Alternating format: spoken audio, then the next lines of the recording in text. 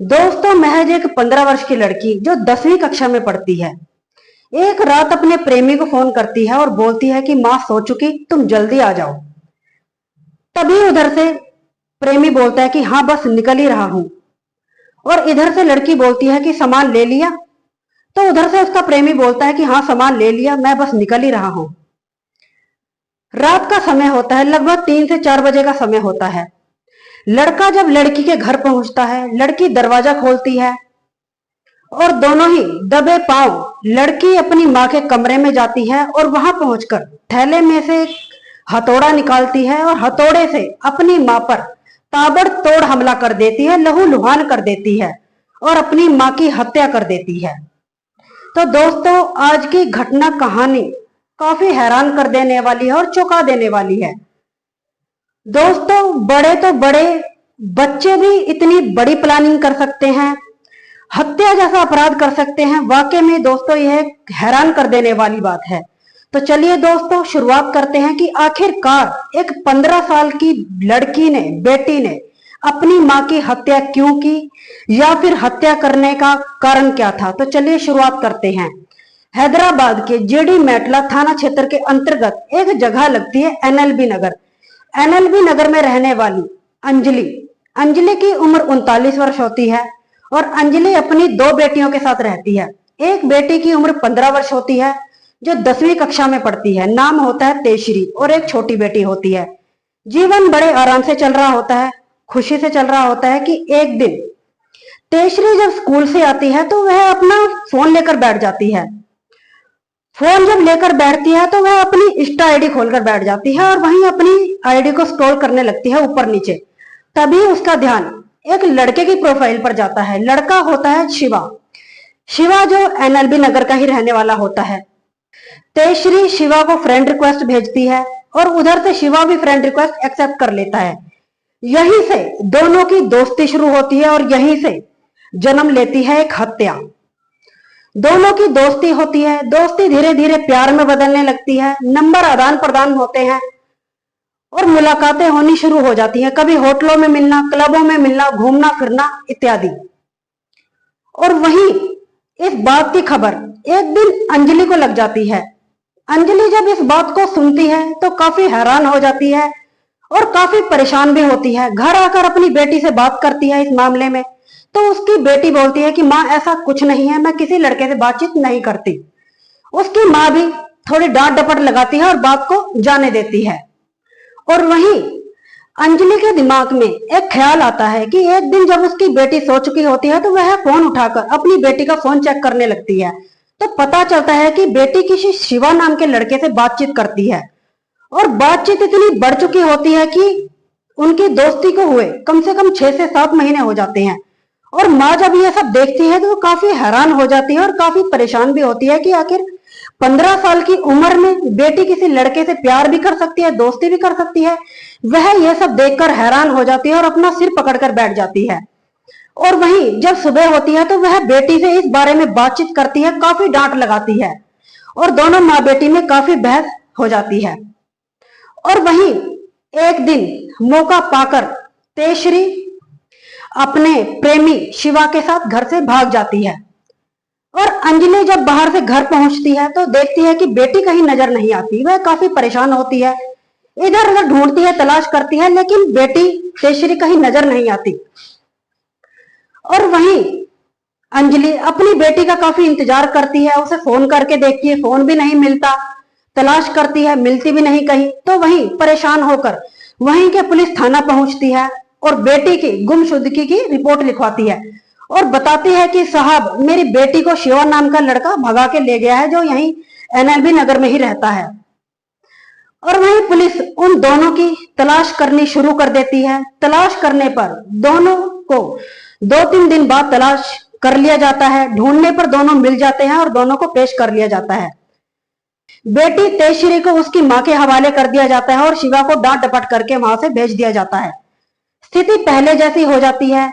माँ बेटी जब घर पहुंचती है तो माँ अपनी बेटी की काफी डांट लगाती है, दोनों की काफी बहसबाजी हो जाती है। और वहीं माँ इतने गुस्से में आ जाती है कि वह अपनी बेटी तेजश्री का फोन छीन लेती है और फोन ले लेती है और उसमें से सिम निकाल देती है और फोन अपने पास रख लेती है। इस बात की खबर जब शिवा को लगती है तो शिवा तेजश्री को एक दूसरा फोन लाकर दे देता है और तेजश्री इतनी चालाक होती है कि वह सिम चोरी से अपने घर में से ही जहां उसकी मां ने रखी होती है निकाल कर उस फोन में दोबारा डाल लेती है और शिवा से फिर से बातचीत करनी शुरू कर देती है। और वहीं वह दोनों बातचीत करते हैं तो इधर से तेजश्री बोलती है कि माँ का कुछ करना पड़ेगा, नहीं तो ऐसे हमें मिलने जुलने में बड़ी परेशानी हो जाएगी, बड़ी दिक्कत हो जाएगी। और यहाँ तक कि माँ ने मेरा स्कूल आना जाना बंद भी करवा दिया और बाहर आना जाना भी बंद करवा दिया, तो ऐसे तो बात नहीं बन पाएगी। तो वहीं शिवा बोलता है कि चलो कोई नहीं, परेशान मत हो, मैं कुछ करता हूँ। तभी वह दोनों मिलकर प्लानिंग बनाते हैं अंजलि को मारने की, उसकी हत्या करने की, उसे रास्ते से हटाने की। 24 जून 2025 तेजश्री शिवा को फोन करती है और बोलती है माँ सो चुकी, तुम जल्दी निकलो। तो उधर से शिवा बोलता है कि मैं बस निकल ही रहा हूँ। इधर से तेजश्री बोलती है कि जो सामान है वो भी साथ में रख लेना, भूलना मत। तो इधर से शिवा बोलता है कि हाँ सामान मैंने रख लिया, मैं बस निकल ही रहा हूँ। उधर से जो तेजश्री होती है, रात के लगभग 3 से 4 बजे का समय होता है। तेजश्री इंतजार करती है। इधर शिवा अपने भाई जिसका नाम यशवंत होता है, यशवंत को भी साथ लेकर पहुंचता है। उधर से तेजश्री दरवाजा खोलती है। जब वह दोनों ही पहुंचते हैं तो तीनों ही दबे पांव अंजलि के कमरे में जाते हैं और उसका गला दबाकर उसकी हत्या कर डालते हैं। और वहीं जो तेजश्री होती है इसके बाद दोनों को वहां से फरार कर देती है और अपने कमरे में जाकर सो जाती है। और जब उसे सोए आधा घंटा हो जाता है, वह कुछ सोच विचार करती है तो उसके मन में आता है कि कहीं माँ जिंदा तो नहीं रहेगी, कहीं उसमें जान तो बाकी नहीं। तो वह फिर से सोच विचार करती है और फिर से शिवा को फोन करती है और उन दोनों भाइयों को फिर से बुलाती है।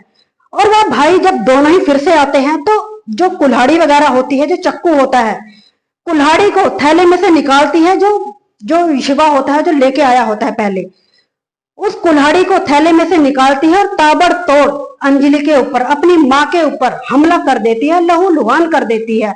और वहीं चक्कू निकालती है, चक्कू से अपनी माँ का गला रेत देती है और हत्या कर देती है। और वहां से दोनों ही भाइयों को फरार कर देती है और अपने कमरे में सो जाती है। और थोड़ी ही देर बाद, जैसे ही 15-20 मिनट गुजरते हैं, कि वह जोर जोर से रोना शुरू कर देती है, शोर मचाती है। और उसका शोर शराबा सुन के जितने भी आस पड़ोस के लोग होते हैं वह सब इकट्ठा हो जाते हैं और वह पूछते हैं कि आखिरकार हुआ क्या माँ को। और वहीं पुलिस को सूचित किया जाता है। पुलिस घटनास्थल पर पहुंचती है। पुलिस जब तेजश्री से पूछताछ करती है तो बताती है कि घर में 3-4 चोर आए थे जो माँ का गला दबा रहे थे, माँ की हत्या कर डाली। और वहीं जब पुलिस होती है, पुलिस यही सोचती है कि ऐसे कैसे हो सकता है। तो वहीं जब पुलिस होती है वह तेजश्री से पूछती है कि जब तुम्हारी माँ की हत्या हो रही थी, जब चोर वगैरह तुम्हारी माँ की हत्या कर रहे थे, तुम उस वक्त कहाँ थी। तो वह बताती है कि माँ की जब हत्या हो रही थी मैं वहीं सो रही थी अपने कमरे में, मुझे कुछ आवाजें आ रही थी, तभी मैं बाहर निकल कर आई और जब मैंने उन लोगों को देखा तो वह लोग छत के दरवाजे से भाग गए और वहां से फरार हो गए। तभी पुलिस विचार करती है कि ऐसा कैसे हो सकता है, जब लड़की ने चोरों को देख लिया, हत्या करते हुए देख लिया, फिर लड़की को छोड़ दिया और माँ की हत्या कर दी, ऐसा कैसे हो सकता है कि चोरों ने महिला की हत्या कर दी और बेटी को छोड़ दिया। पुलिस अलग अलग तरह के विचार करती है, अलग अलग तरह के आइडिया लगाती है कि इसी बीच जितने भी रिश्तेदार होते हैं सब इकट्ठा हो जाते हैं। और वहीं उसकी मौसी जिसका नाम शोभा होता है, शोभा भी वहां आ जाती है। वह रोते हुए बिलखते हुए बोलती है कि आखिरकार मेरी बहन ने क्या बिगाड़ा था जो मेरी बहन की हत्या कर दी। तभी पुलिस बोलती है कि किसने कर दी तुम्हारी बहन की हत्या और क्यों की। तभी उसकी मौसी बोलती है कि मेरी बहन की बेटी तेजश्री, इसने ही अपनी माँ की हत्या की है। तभी पुलिस बोलती है कि आखिरकार अपनी बेटी ने ही अपनी माँ की हत्या आखिरकार क्यों की। तभी वह बताती है कि मेरी बहन की बेटी तेजश्री, इसका जो प्रेम संबंध होता है, यहीं का एक लड़का होता है शिवा के साथ पिछले 7-8 महीने से है। इस बात की खबर जब मेरी बहन अंजलि को लग जाती है तो अंजलि अपनी बेटी तेजश्री का बाहर निकलना आना जाना बंद करवा देती है, स्कूल आना जाना बंद करवा देती है। और वही गुस्से में आकर इसने शिवा के साथ मिलकर, अपने प्रेमी के साथ मिलकर ही मेरी बहन की हत्या की है। पुलिस जब तेजश्री की मौसी की बातें सुनती है तो सुनकर हैरान हो जाती है और तेजश्री का फोन जब्त कर लिया जाता है। और जब उसके फोन की कॉल डिटेल निकाली जाती है तो पता चलता है कि हत्या की रात तेजश्री की शिवा से कम भी 50 से 100 कॉल हुई होती हैं और उसी रात हत्या हुई होती है। तभी पुलिस तेजश्री को गिरफ्तार कर लेती है और उससे पूछताछ करनी शुरू कर देती है और पता चलता है कि तेजश्री ने ही अपने प्रेमी के साथ मिलकर हत्या की है। और उसकी जो मौसी होती है शोभा, वह लिखत में भी देती है कि हाँ मेरी बहन की बेटी ने ही अपनी माँ की हत्या की है। और वहीं पुलिस जो शिवा होता है और उसका भाई दोनों की ही तलाश करनी शुरू कर देती है और उनसे पूछताछ करती है। तीनों से ही पुलिस जब पूछताछ करती है तो सच निकलकर सामने आता है और पता चलता है कि तीनों ने ही अंजलि की महिला की हत्या की है और बेरहमी से हत्या की है। श्री नाबालिग है, उसे बाल सुधार गृह भेजा जाएगा। और जो शिवा है और उसका भाई है, उन दोनों की जो उम्र वगैरह है उसका पता किया जाएगा। पता किया जाए कि जो आधार कार्ड वगैरह होता है वह तो कोर्ट कचहरी में चलता नहीं है, जो उनकी उम्र है वह पता की जाएगी। हो सकता है वो भी नाबालिग हो और उन्हें भी बाल सुधार गृह भेजा जाए। तो आप इस घटना के बारे में क्या कहना चाहेंगे, कमेंट सेक्शन में जरूर बताइएगा। तो दोस्तों, आज की घटना सुनाने का उद्देश्य किसी का दिल दुखाना या किसी को परेशान करना नहीं है, बस आपको जागरूक करना है कि दोस्तों आए दिन ऐसी ऐसी घटनाएं घट रही हैं, ऐसी ऐसी प्लानिंग हो रही हैं और उसके बाद हत्याओं को अंजाम दिए जा रहे हैं।